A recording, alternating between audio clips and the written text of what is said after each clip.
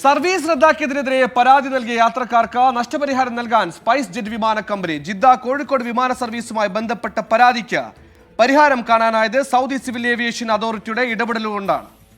2022 May മാസത്തിൽ Jeddah Kozhikode spice jet വിമാനം മുന്നറിയിപ്പില്ലാതെ 3 തവണ സമയം മാറ്റുകയും പിന്നീട് സർവീസ് റദ്ദാക്കുകയും ചെയ്തിരുന്നു.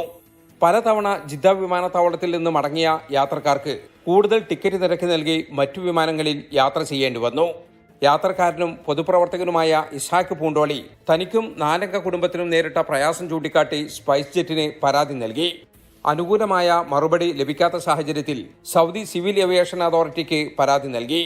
അതോറിറ്റിയുടെ ഇടപെടലുണ്ടായതോടെ ടിക്കറ്റ് ഒന്നിന് 7,555 രൂപ വീതം നഷ്ടപരിഹാരം നൽകാൻ സ്പൈസ് ജെറ്റ് തയ്യാറായതായി ഇസ്ഹാഖ് പറഞ്ഞു. സ്പൈസ് ജെറ്റിൽ നിന്നും ഇതുമായി ബന്ധപ്പെട്ട് എനിക്ക് കോൾ വരികയും സംസാരിക്കുകയും വീണ്ടും ഒരു കോംപ്രമൈസിന് വേണ്ടി ശ്രമിക്കുകയും ചെയ്തു. പക്ഷേ ഞാനതിന് വഴങ്ങിയില്ല എന്ന് മാത്രമല്ല, ഗാക്കയുടെ നിർദ്ദേശം അവർ പാലിച്ചുകൊണ്ട് എൻ്റെ പരാതിക്ക് അടിസ്ഥാനത്തിൽ കോമ്പൻസേഷൻ നൽകാൻ വേണ്ടി സ്പൈസ് ജെറ്റ് തീരുമാനിച്ചിരിക്കുകയാണ്.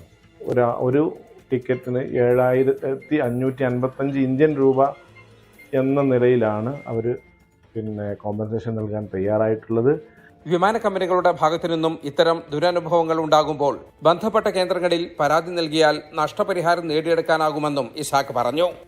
ആളുകളെ വഞ്ചിക്കുകയും പ്രയാസപ്പെടുത്തുകയും ചെയ്യുന്ന ഇത്തരം സർവീസുകൾക്കെതിരെ നമ്മൾ മുന്നോട്ട് നീങ്ങിയാൽ നിയമപരമായി ബന്ധപ്പെട്ട അധികാരികളുമായി ബന്ധപ്പെട്ട് സംസാരിച്ച് പരാതിയുമായി പോയാൽ നമുക്ക് നമ്മുടെ അവകാശം കിട്ടുക തന്നെ ചെയ്യും എന്നുള്ളതിൻ്റെ ഏറ്റവും വലിയ ഒരു തെളിവാണ് ഇപ്പോൾ ഈ വന്നിരിക്കുന്നത്.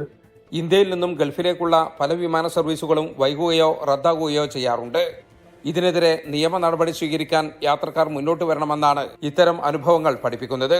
ജലീൽ കണ്ണമംഗലം, 24 ജിദ്ദ.